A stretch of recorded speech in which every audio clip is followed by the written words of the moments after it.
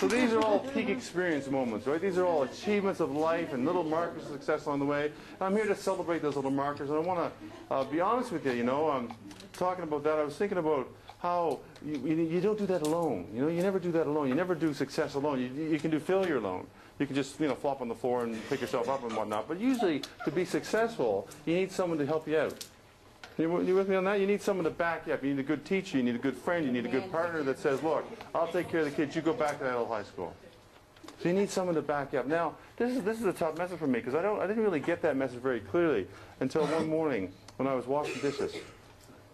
I live in Halifax, and I'm on a corner street, and I can see the sidewalk out my kitchen window, and there's a long sidewalk goes around the corner, goes around the block.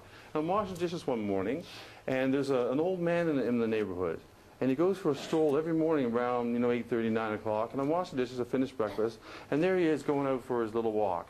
And he's a really old guy. He must be 80 if he's a day, right? And he actually has to use a walker to get around the block. Looks something like this.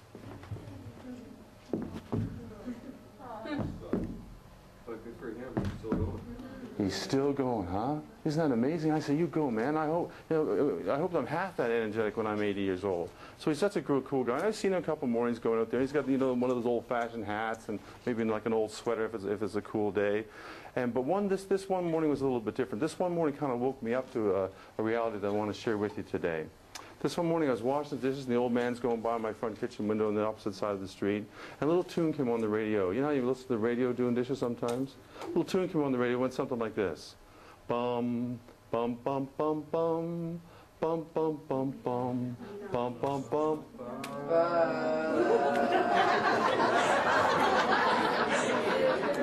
Okay, in tune, not too bad.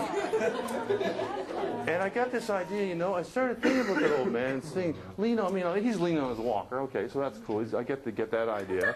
But I thought, how many people in his life, if he's 80 years old, how many people in his life did he have to lean on to become who he is today?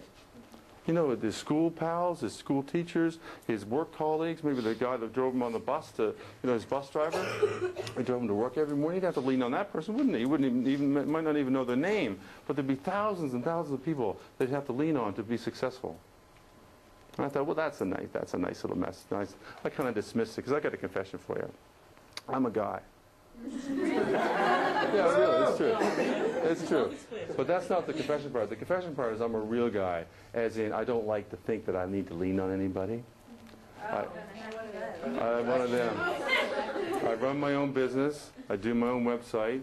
I can change the engine in my car. I've done it 3 or 4 times. I do my own oil, do my own brakes, do my own carpentry. I don't need anybody. She's cool. So I wasn't really paying much attention to that conversation. But I started thinking about it, I started thinking about when people succeed, they really have to have somebody backing them up to get to the top of that mountain, to get to that peak experience. And I really started thinking about that even more. And I want to share with you a little story about the highest mountain in the world. Do you know the name of the guy that climbed the highest mountain in the world, by the way? Do you know his name? Hillary. Hillary, yeah. Mr. Hillary. This is a picture of Mr. Hillary. Now, what's really cool with Mr. Hillary is really simple. He never finished high school. He's a farmer. Oops. He's a where am I going? He's a beekeeper. This guy's a beekeeper. And he got it in his head that he wanted to climb the world's highest mountain for one reason and one reason only, because it's there. Because it was there. No one had climbed it. No one had climbed it. So in 1953, he climbed it, and that's his right-hand pal, Tenzing Norgay. They went to Mount Everest, and they climbed the world's highest mountain, 29,000 feet. Airplanes fly at 29,000 feet. The oxygen at 29,000 feet is 20%. Take 80% of the air out of this room and try to breathe. Without even climbing, it's like, it's amazing. So he made it to the top in 1953. He made it on the top in 1953, the very day that Queen Elizabeth was crowned the Queen of England and Canada and Australia and New Zealand. And she made him a knight, because that was a cool thing to get to the top of the biggest mountain, right? That's really cool. So she's a knight of the empire, and now he's built schools in Nepal. That's where he's from. That's where the mountains are. He's built schools. He's done all these cool things, right? But there's another story to that guy's peak experience of success. And the story could be told about how to date, I think, 2,600 people have climbed Mount Everest 3,700 times. So people have gone back and climbed it a couple times. In 2001, a guy that was completely blind got to the top of the mountain. Blind. Now, do you think he did that by himself? No. In just last year, a guy with no legs climbed to the top of the mountain. Yeah, seriously. The guy with no legs climbed to the top. Now, he had, what do you call those things? Prosthetics. He had prosthetics, like Terry Fox. He had 2 of them. But he got to the top of the mountain. So I could tell you a story about that, but I didn't get that far. I want to follow my hero's footsteps, folks. Since in 2001, I'm proud to announce that I followed my hero's footsteps. I made it all the way to the bottom of Mount Everest. Thank you, thank you. I got to the bottom because I wanted to see that mountain. I wanted to see where everybody was climbing, and I got to that little level. And so I'm here to tell you another story. I'm here to tell you a story about how he got to the top. Because we could talk about heroes, we could talk about the guy with no legs and the blind guy. That's a great story. I'm sure they can tell that story to you. But I didn't get there. I got to the bottom. I got to where most people get, just to see other people's glory and see other people's accomplishments.